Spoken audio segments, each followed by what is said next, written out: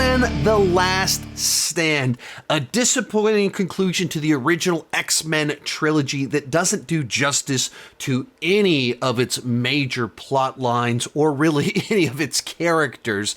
So the movie is 15 minutes shy of 2 hours long, and it attempts to tackle the Cure, Magneto's Brotherhood of the Mutants, and the Phoenix Saga in one movie.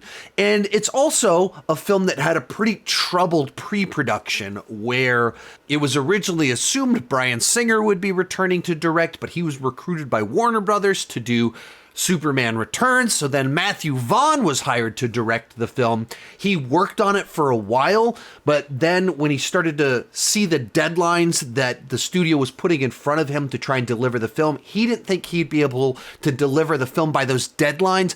But also, and I walked off X-Men. I mean, it's a long story, but there was a lot of lies, and I just wasn't comfortable. I mean, total lies about casting and the way they were dealing with other actors. I mean, it was so bad. I found a script called the Halle Berry draft, and I was like, wow, what is this? Are we doing this? And they're like, no, don't worry. Once she signed on, that's going in the bin. As soon as they said that to me, I was like, wow, if you're going to do that to an Oscar-winning actress, I'm off. So Brett Ratner was pulled in at the very end to shoot the script that they had, and he decided to focus in on the action.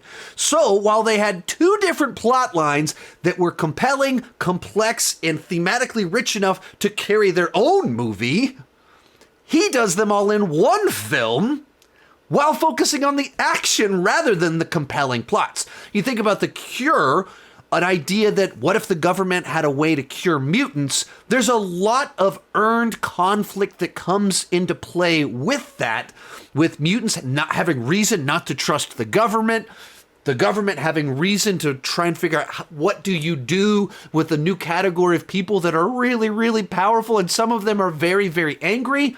That's compelling stuff. Now, that's just one of the plot lines. And then you have Phoenix, one of the most celebrated, famous X-Men stories in all of the lore, that is this massive story that spans space, galaxies, all this different stuff. And they turned it into the B story in this movie. You know, what I learned from X-Men: The Last Stand was that to do the Dark Phoenix story properly, you really have to do the Dark Phoenix story. Meaning you can't have it be the background story of some other plot. It can't be the B story of what in The Last Stand was the Cure plot. So what ends up happening is that the first hour of this movie is spent setting up all of these different plot lines, all of these different characters. There's almost no action. And then the back half feels like it's entirely action. So all of the characters, all of the plot lines feel like they're competing for the runtime. All of them feel underserved and like we're just rushing through plot points. Cyclops gets killed off and we shrug it off, move on, barely acknowledge it.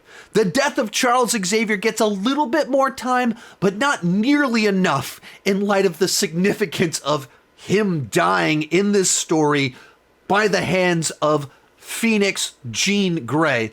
And even as you get to the final battle, on the one hand, you can tell it's really expensive. There's a massive cast there, but because of the way they shot it, it still feels really small. We're on Alcatraz Island, and it feels like we're on this small little soundstage trying to make it big. So, despite having some great storylines in here in theory, and having some scenes that have theoretically very powerful moments, the movie never really delivers on its potential.